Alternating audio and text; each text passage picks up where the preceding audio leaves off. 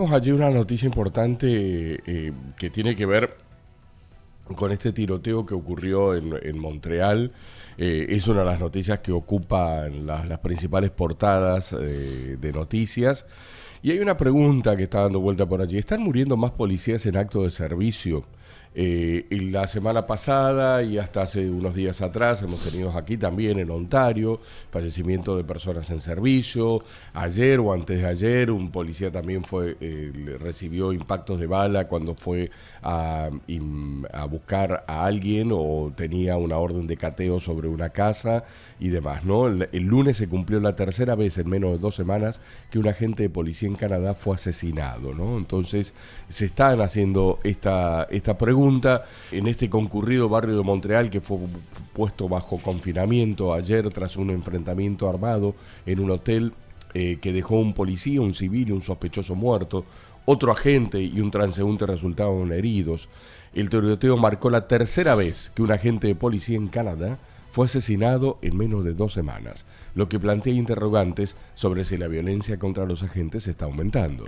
También ocurrió un día después de que 2 agentes de la Policía Real que respondían a una llamada de auxilio en Saskatchewan resultaron heridos de bala. Sin embargo, los investigadores que hacen un seguimiento de las muertes de policías afirman que el número de agentes fallecidos en acto de servicio este año se mantiene dentro del rango histórico y que ahora es menos probable que los agentes mueran como consecuencia de la violencia que había en décadas pasadas.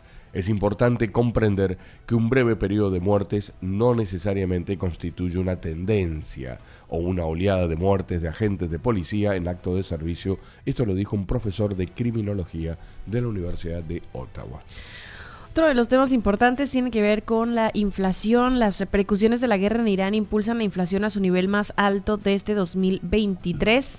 La inflación se aceleró hasta alcanzar su nivel más alto en más de 2 años en mayo, a medida que las presiones inflacionarias derivadas de la guerra en Irán comenzaron a hacerse sentir más allá de las gasolineras. Sin embargo, la mayoría de los economistas se dieron su opinión el día de ayer, no vieron motivos para el pánico en los últimos datos del precio al consumidor de Estadísticas Canadá, dado que los precios del petróleo ya están retrocediendo y es poco probable que el Banco de Canadá tome medidas al respecto en un futuro próximo. Estadísticas Canadá anunció el día de ayer que la tasa de inflación anual aumentó al 3,2% en mayo frente al 2,8% de abril, alcanzando la tasa de inflación general más alta desde diciembre de 2023. Según Estadísticas Canadá, los precios de la gasolina subieron un 33,2% interanual el mes pasado, debido a que el conflicto en Medio Oriente sigue bloqueando el paso de los petroleros por el estrecho de Hormuz. La agencia indicó que el mes pasado se registró el precio más alto que los consumidores han pagado por la gasolina desde junio de 2022, cuando la invasión rusa en Ucrania generó incertidumbre en el suministro. Los precios de la gasolina han bajado en las últimas semanas a medida que avanzaban las conversaciones de paz entre Estados Unidos e Irán. Como que todo se va moviendo al momento. El economista en jefe de BMO, Doug Porter, dijo en una nota a sus clientes el día de ayer que se prevé una caída del 10% en los precios de la gasolina en junio, lo que debería reducir el resultado principal del próximo mes. El aumento del precio del combustible para aviones, también provocado por la guerra, pero no reflejado en los datos de inflación de abril de Estadísticas Canadá, se hizo presente justamente en este reporte, en el reporte de mayo. Los costes del transporte aéreo subieron un 7,4% interanual el mes pasado, tras una ligera disminución en abril. Se prevé que el transporte aéreo y los viajes organizados seguirán siendo un segmento importante de la cesta de la compra durante los próximos meses, porque su demanda disminuirá en otoño. Mientras tanto, la inflación en los supermercados se aceleró en mayo, subiendo medio punto porcentual hasta el 4,3% interanual. Según Estadísticas Canadá, la inflación en los supermercados ha superado la tasa general durante 16 meses consecutivos. En Dental X aceptamos el plan canadiense de atención dental. Ofrecemos atención de emergencia el mismo día y si eres refugiado, eres bienvenido. Llama hoy al 416-630-9000. Muy bien, vamos con otros temas en esta mañana, temas que tienen que ver con la educación. Siempre es un tema muy importante, un tema para para conversar, y Ontario ha anunciado cambios obligatorios para las escuelas, que entrarán en vigor este otoño. La provincia va a invertir $60 millones. A partir de septiembre se van a implementar cambios obligatorios en las escuelas de Ontario, desde la asistencia, la participación y los exámenes que contarán para las calificaciones finales de los estudiantes de secundaria, hasta la puesta en marcha de una plataforma de aprendizaje digital en todos los distritos escolares. El ministro de Educación anunció los cambios, afirmando que el ministerio ha escuchado a los docentes expresar su necesidad de un mayor control en las aulas. ¿Qué es lo que cambia? Bueno, por ejemplo, el desglose de las calificaciones finales de los estudiantes de secundaria incluiría los siguientes estándares. Calificaciones de los grados 9 y 10 se basarán en un 65% en el trabajo realizado en clase, un 20% en las evaluaciones finales y un 15% en la asistencia y la participación. Las calificaciones de los grados 11 y 12, los últimos, se van a basar en trabajo realizado en clase, en evaluaciones finales, en asistencia y participación. Exámenes escritos serán obligatorios para varias asignaturas. Los estudiantes que falten a 2 clases o menos y participen de forma constante recibirán entre el 80 y el 100% de calificación de participación. Sin embargo, quienes falten a más de 9 clases y no participen en absoluto recibirán menos del 50% de la calificación. Bueno, va a haber una plataforma digital diseñada para ahorrar tiempo a los profesores. Veremos qué ocurre allí. El líder del Partido Liberal de Ontario apoya las herramientas que ayudan a los profesores. Afirmó que la provincia debería utilizar esos fondos para convertir las escuelas en un lugar seguro para aprender y trabajador. La causa principal de los problemas en nuestras escuelas es la falta de financiación y ninguna plataforma de aprendizaje digital puede solucionar eso. Es decir, ojo, este cambio no significa que se van a suplir la cantidad de fondos que ha cortado el Partido Conservador, o en este caso el gobierno de Doug Ford, a través de las políticas educativas, que ha cortado muchísimos programas extracurriculares, y algunos como ellos, por ejemplo, el de los idiomas, como de apoyo, de segundo el lenguaje y demás, ¿no? Así que hay un montón de cosas dando vuelta, esto que el árbol no nos tape el bosque. ¿Qué más tenés por ahí?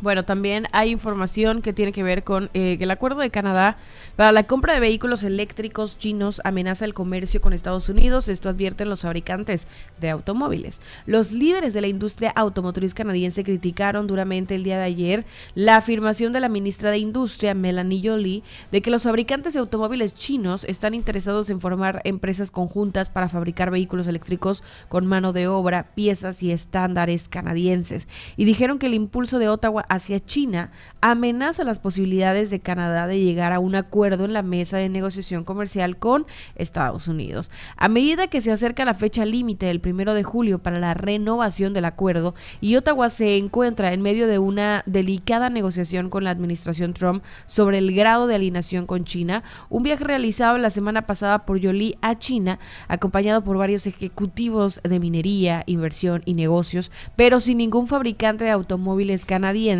fue visto como motivo de preocupación. El presidente de la Asociación Canadiense de Fabricantes de Vehículos afirmó que la ambición del gobierno de Carney de presionar a los fabricantes chinos de vehículos eléctricos para que expandan su producción en el país supone un riesgo para la renovación de este acuerdo, del acuerdo Canadá, Estados Unidos, México, y para su intento de persuadir a Trump de que elimine los aranceles sectoriales punitivos del 50% contra los automóviles canadienses. Existe una desconexión entre nuestra estrategia para renovar con éxito este acuerdo, el CUSMA, y para obtener alivio de los aranceles sectoriales del 50% que afectan al acero, el aluminio y los automóviles, dijo, porque eso en última instancia significa trabajar con los estadounidenses en un enfoque conjunto hacia China y no divergir de Estados Unidos. Estados Unidos está sumamente preocupada por la entrada de vehículos chinos y eléctricos a Norteamérica y ha sido muy claro al respecto, dijo justamente la persona, el presidente de la Asociación Canadiense de Fabricantes de Vehículos. Así que bueno, este es otro de los principales temas, justo a unos días y en medio de las negociaciones, pero a unos días de que pues se cumpla con la fecha límite para la renovación del acuerdo. Muy bien, vamos a nivel internacional. Colombia se suma al avance de la derecha en América Latina. En 12 países de la región ya gobierna la derecha en sus diferentes variantes y se consolidan los modelos de mano dura en seguridad. El recorte de derechos, algunos de mujeres o de minorías, y alianzas en la estela de Donald Trump son algo que preocupa a algunas organizaciones. Por otro lado, escriben algunos portales, sin cheque en blanco, el reto de Abelardo de la Espriella de gobernar con medio país en contra. Por otro lado, Juan David Velasco, un investigador, dijo que la derecha necesitaba dejar morir al uribismo para volver. El coautor de Quién manda en Colombia señala que el apoyo a la derecha fue una decisión táctica de las élites. Así que, bueno, un poco allí lo que está dejando ya las elecciones con resultados confirmados, obviamente, en Colombia. Bueno, hay diferentes titulares que tienen que ver con el mismo tema y es el clima.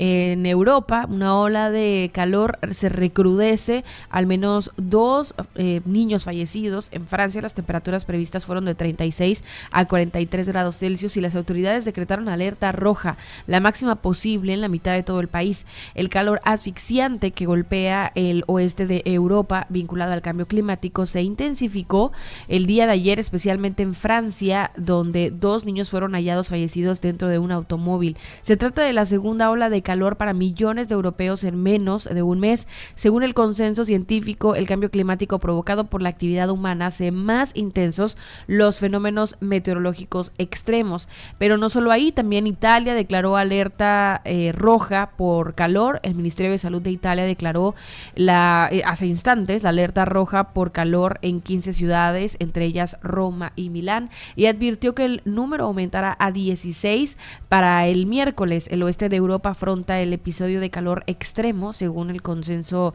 científico, justamente como mencionaba. Y además también hay alerta roja de calor para Inglaterra y Gales, a esta ola que obliga a ampliar la alerta en Inglaterra y Gales hasta el jueves, con temperaturas extremas previstas. La Oficina Británica de Meteorología declaró el día de ayer esta alerta roja por calor extremo con temperaturas que pueden llegar a los 40 grados Celsius para el miércoles y el jueves, con el centro y sur de Inglaterra y también en Gales. Sí, impresionante la ola de calor en Europa. Nosotros venimos digamos, básicamente viene zafando de este tema en los últimos, por lo menos el año pasado, si bien hizo calor, no hizo el calor que hizo en Europa.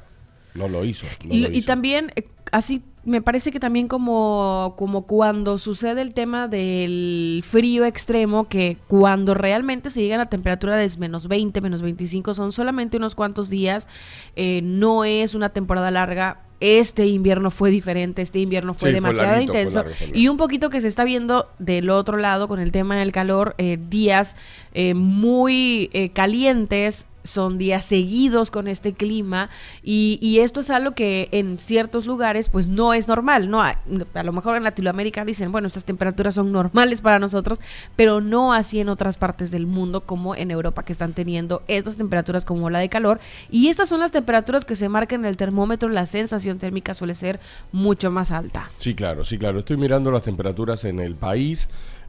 Básicamente el promedio es un poquito incluso por debajo de la temperatura promedio de lo que es el verano, ¿no? Estoy mirando Winnipeg, por ejemplo, 24 grados, que es lo que es más o menos lo que se tiene. Estoy viendo un promedio de lo que va a dejar la semana, ¿no?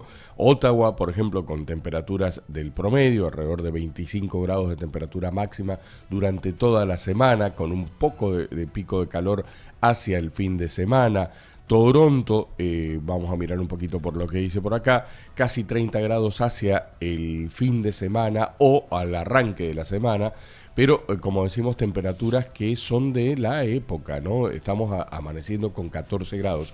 El tema el cambio climático ha afectado muchísimo a Europa. Sí.